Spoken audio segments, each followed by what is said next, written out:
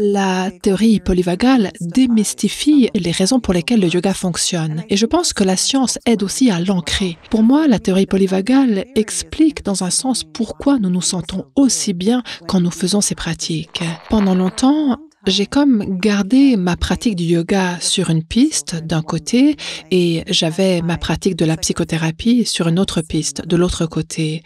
Et pour moi, la théorie polyvagale m'a aidé à faire le pont entre les deux pour qu'elles deviennent un seul espace relié. C'est ce que j'appelle l'intersection de la science et du corps et de l'âme.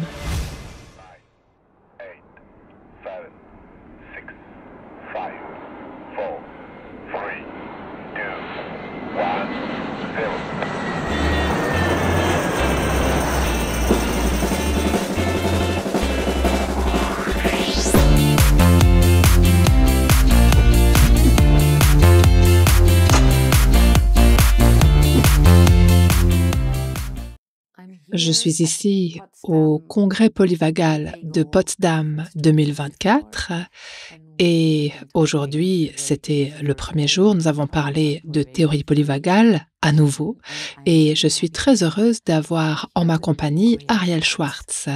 Ariel, merci d'être là avec nous et de venir nous parler un peu de ce qui vous passionne. Je crois qu'on peut parler de passion, combiner la théorie polyvagale et le yoga et aussi le travail sur les traumatismes. C'est vraiment un tout. Oui. Je pense que depuis longtemps, enfin, tout d'abord, laissez-moi dire que j'adore passer du temps avec vous, Florence, et avec Marc, et c'est avec beaucoup de cœur que je participe aux événements de l'Institut polyvagal, au congrès, et que je côtoie nos partenaires. À chaque fois, j'ai l'impression de rentrer à la maison. Voilà donc ce que je voulais dire d'abord, avant de passer à autre chose. C'est comme si, tout mon corps se détend, rien que parce qu'il est ici. Oui, le mien aussi. On peut vraiment parler de famille polyvagale, comme le dit Deb Dana.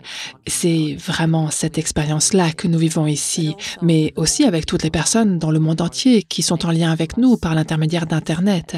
Et c'est incroyable. C'est vrai, il y a tellement de gens qui m'ont dit « Je pratique avec vous sur YouTube » ou « J'ai suivi un cours avec vous en ligne » et maintenant, on a l'occasion de se voir en personne. Et moi, je ressens la même chose. Moi aussi, je rencontre mes enseignants ici en personne. Il y a donc ce partage collectif des connaissances dans toutes les directions et je pense que, vous savez, souvent on utilise les termes remue-ménage ou esprit de ruche, mais pour moi, étant donné que l'approche polyvagale est tellement axée sur le corps, et encore plus d'ailleurs cette année, où l'accent est vraiment mis sur l'embodiment, on va au-delà des concepts et des notions scientifiques. C'est vraiment l'expérience, le ressenti et le vécu dans le corps de ces principes que nous sommes venus cultiver ici. Et grâce à tout ce vécu partagé dans le corps, il y a en fait comme un réservoir d'embodiment, n'est-ce pas, de sagesse partagée qui évolue conjointement à partir de nous tous. Oui, et chez Quantum Way, nous avons doublé un de vos cours, un cours de yoga qui combine approche polyvagale et yoga, et ce cours a eu beaucoup de succès. Les gens qui l'ont suivi sont vraiment ravis d'y avoir eu accès. Peut-être que nous pourrions parler un peu de ce que l'approche polyvagale apporte au yoga et de ce que le yoga apporte à l'approche polyvagale. Je dirais que, à mes yeux, l'approche polyvagale contribue à fournir un mécanisme explicatif à ce que les pratiques yogiques nous apportent. Il y a d'un côté ce que nous ressentons. Évidemment, le yoga a traversé les millénaires et il est transmis par la tradition, la pratique, la parole et l'écrit, mais c'est comme si la théorie polyvagale démystifie en partie les raisons pour lesquelles le yoga fonctionne. Et je pense que la science aide aussi à l'ancrer, de sorte que nous ne cherchons pas à placer l'enseignant, le gourou, ici au sommet, comme si c'était cette personne qui, d'une manière ou d'une autre, nous transmettait cette expérience. La contribution polyvagale nous aide à reconnaître que nous avons tous en nous les mécanismes neurologiques et physiologiques pour faire l'expérience d'une paix profonde, d'un profond sentiment de sécurité, d'une profonde expérience de relaxation, mais aussi d'excitation, de joie. et de puissance par le biais de ces pratiques. Donc, pour moi, la théorie polyvagale explique dans un sens pourquoi nous nous sentons aussi bien quand nous faisons ces pratiques. Et non pas que nous ayons besoin de la science pour valider ces pratiques parce que leur validité n'est pas approuvée, mais c'est comme si la théorie polyvagale aide aussi à ancrer la pratique, dans le sens où je ne vais plus, en quelque sorte, penser que c'est l'enseignant qui me fait me sentir comme je me sens. C'est moi qui ressens ce que je ressens parce que cela est en moi. Et ça, c'est superbe. Oui. Et qu'est-ce que le yoga apporte on pourrait dire, au monde polyvagal ou au monde du traumatisme, comme c'est aussi quelque chose sur quoi vous avez beaucoup travaillé? Pendant longtemps, j'ai comme gardé ma pratique du yoga sur une piste d'un côté et j'avais ma pratique de la psychothérapie sur une autre piste de l'autre côté. Et pour moi, la théorie polyvagale m'a aidé à faire le pont entre les deux pour qu'elles deviennent un seul espace relié.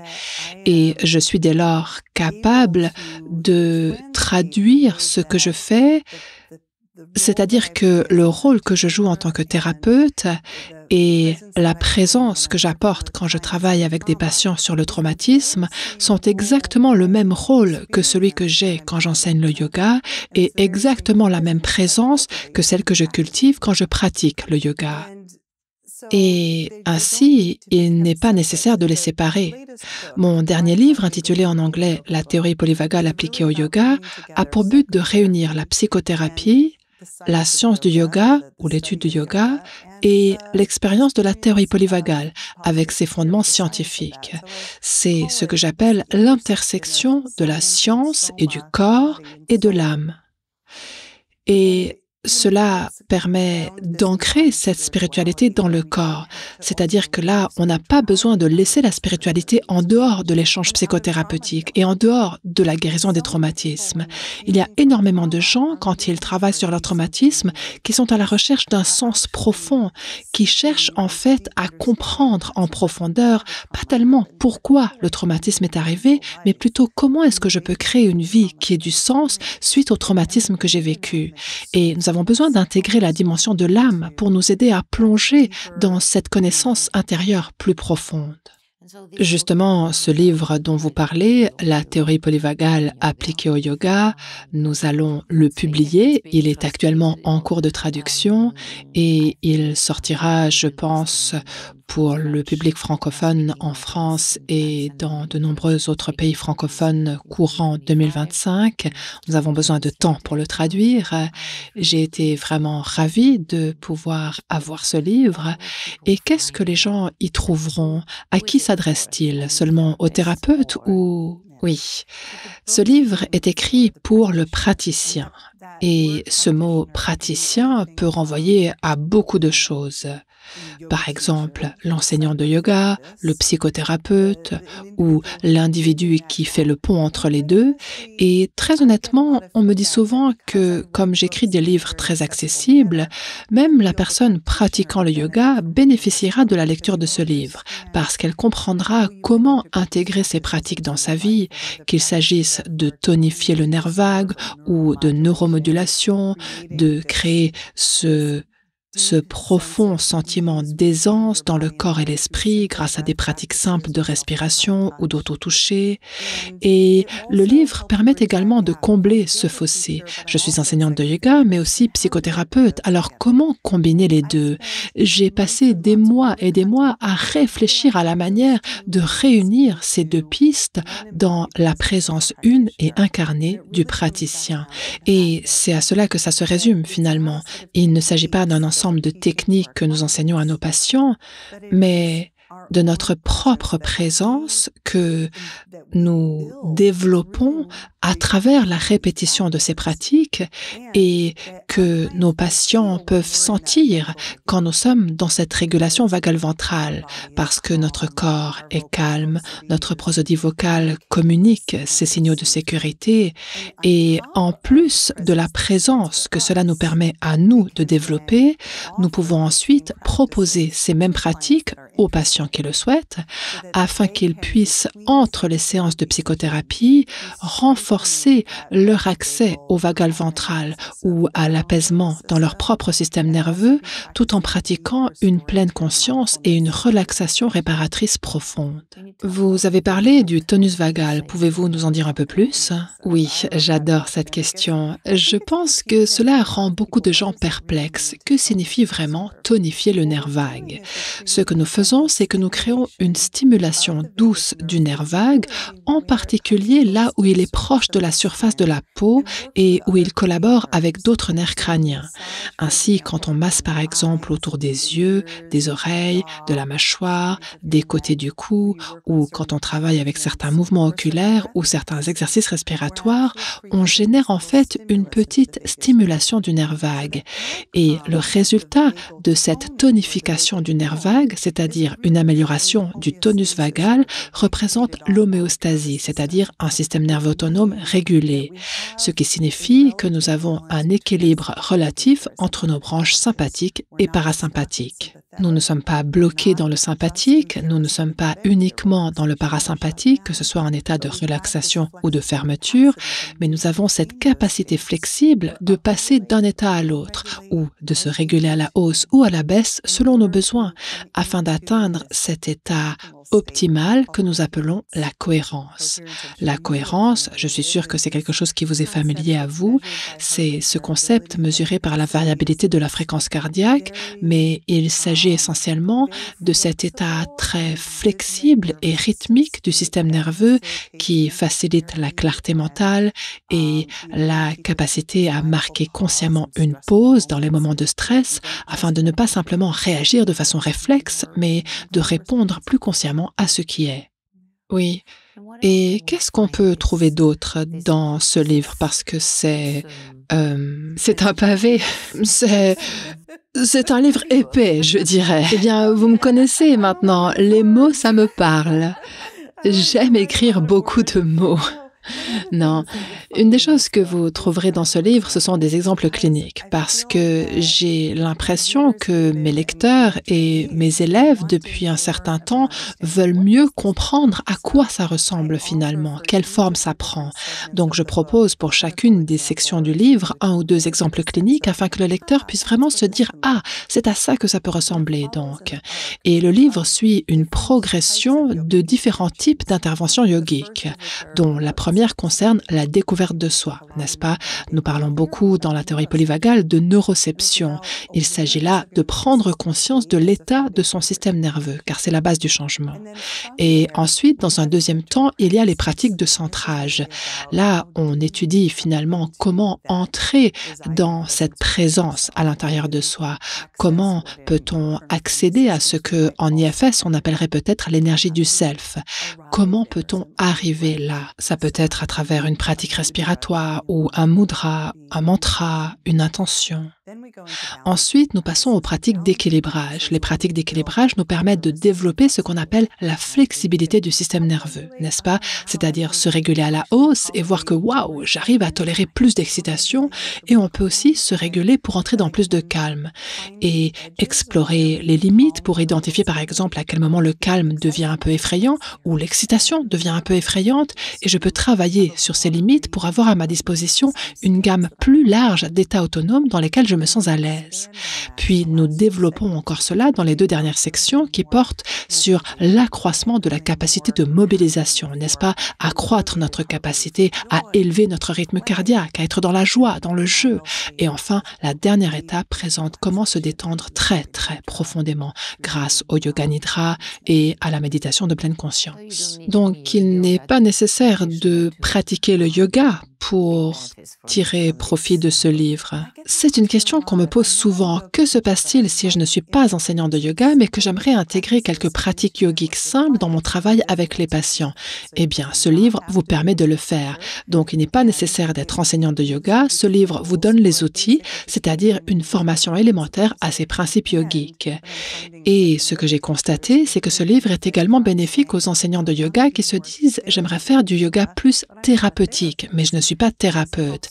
Ce livre les aide à connaître les compétences compétences fondamentales d'accordage et à savoir comment ils peuvent observer l'état du système nerveux de leurs élèves ou des personnes avec lesquelles ils travaillent afin de les aider à mieux se réguler grâce à la pratique. Et si je ne suis ni thérapeute ni professeur de yoga, est-ce que je peux lire ce livre? Bien sûr, il est pour tout le monde. Et est-ce que ce livre peut réactiver mes traumatismes? Oh non. Non, je veux dire, il y a une ou deux choses dont je suis fière en tant qu'auteur, et la première, c'est que j'écris de manière à ne pas surexposer mes lecteurs et mes lectrices à des histoires terribles et affreuses. Je ne pense pas que cela soit utile. Je fais en sorte que ce soit suffisamment pertinent pour que vous compreniez, si vous avez vécu un traumatisme, en quoi ce que j'écris a un rapport avec vous et comment vous pouvez en bénéficier, mais vous n'allez pas entendre ou lire des histoires affreuses. L'autre aspect, c'est que si je n'ai pas de formation en yoga ou en thérapie, mais que je veux lire ce livre pour mon propre bénéfice, eh bien, je suis fière d'écrire d'une manière que tout le monde peut comprendre, je crois. Il n'est pas nécessaire d'être scientifique pour comprendre ce livre.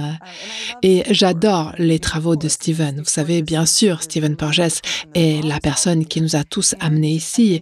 Et je crois qu'il s'est vraiment appuyé sur Deb Dana, sur moi et maintenant sur son fils et sur d'autres parmi nous pour l'aider à traduire la science de la théorie polyvagale en un ensemble d'outils très pratiques. Eh bien, merci beaucoup. Nous sommes vraiment très heureux de cette possibilité d'avoir bientôt ce livre sur notre étagère. Est-ce que vous avez quelque chose à dire à notre communauté polyvagale, la communauté anglophone, francophone, mais aussi à l'ensemble des pays et des langues? Il y a l'italien, l'allemand, parce que tout le monde aura accès à cette interview. Oh, je tiens vraiment à vous remercier.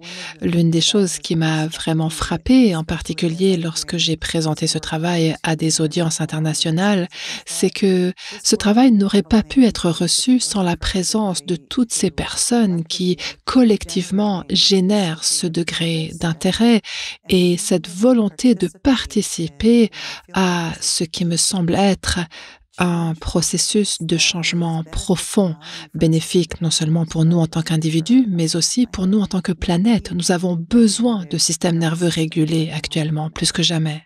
Oh oui, c'est vrai. Si vous voulez en savoir plus sur Arielle Schwartz et son travail, elle a un magnifique site internet, il est en anglais, ou vous pouvez aller sur le site de Quantum Way ou des autres partenaires de l'Institut Polyvagal dans votre langue. Merci, merci.